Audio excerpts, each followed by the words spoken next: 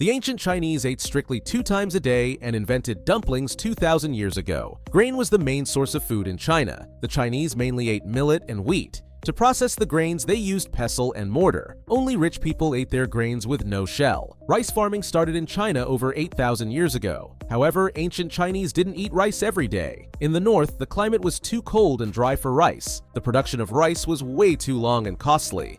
For a peasant, a bowl of rice was a luxury. However, the emperor enjoyed rice regularly. The Zhou dynasty had a dish called bajin. It consisted of a bowl of rice with 8 different ingredients.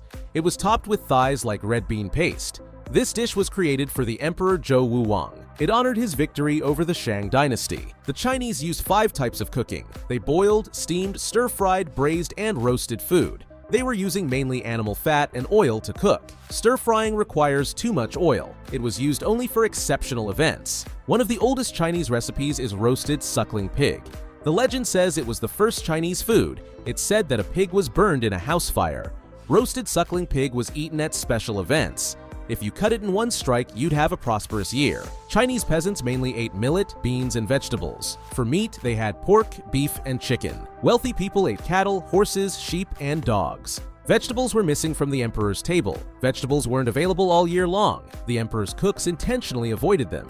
They feared he would like vegetables too much. He would start asking for them during winter. Most people in ancient China had only 2 meals a day. The first meal was the morning food. It was taken around 9 in the morning. The second meal was called big food. It was eaten around 4 in the afternoon. Eating between these 2 meals was disrespectful. Dumplings were invented in China 2,000 years ago. They resemble the ones eaten today. They were invented by the doctor Zhang Zhongjing. He was taking care of people dying from a cold.